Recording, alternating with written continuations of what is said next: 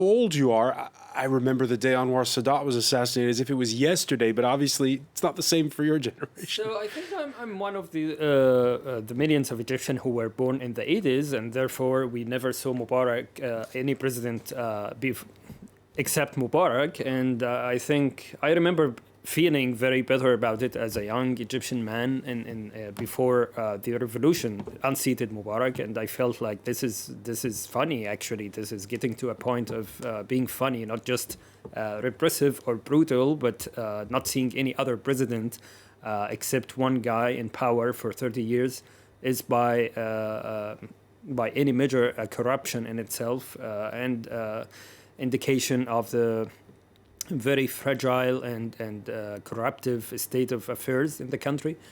I think what concerns us today also is that he passed away without seeing him actually stand a fair trial for many of the abuses and violations his government was responsible for in his 31 or 30 years. Because he was charged over the killing of demonstrators in 2011. He was charged with corruption.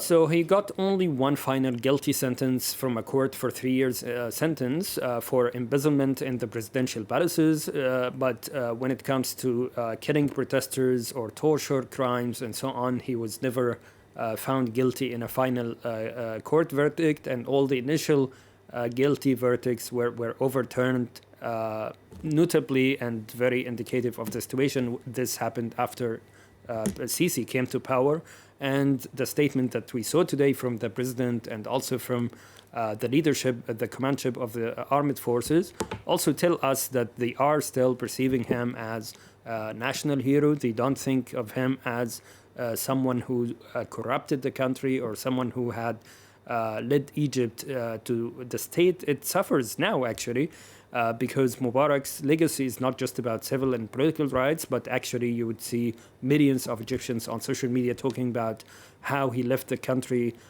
complete education system, health services completely corrupted and dysfunctional.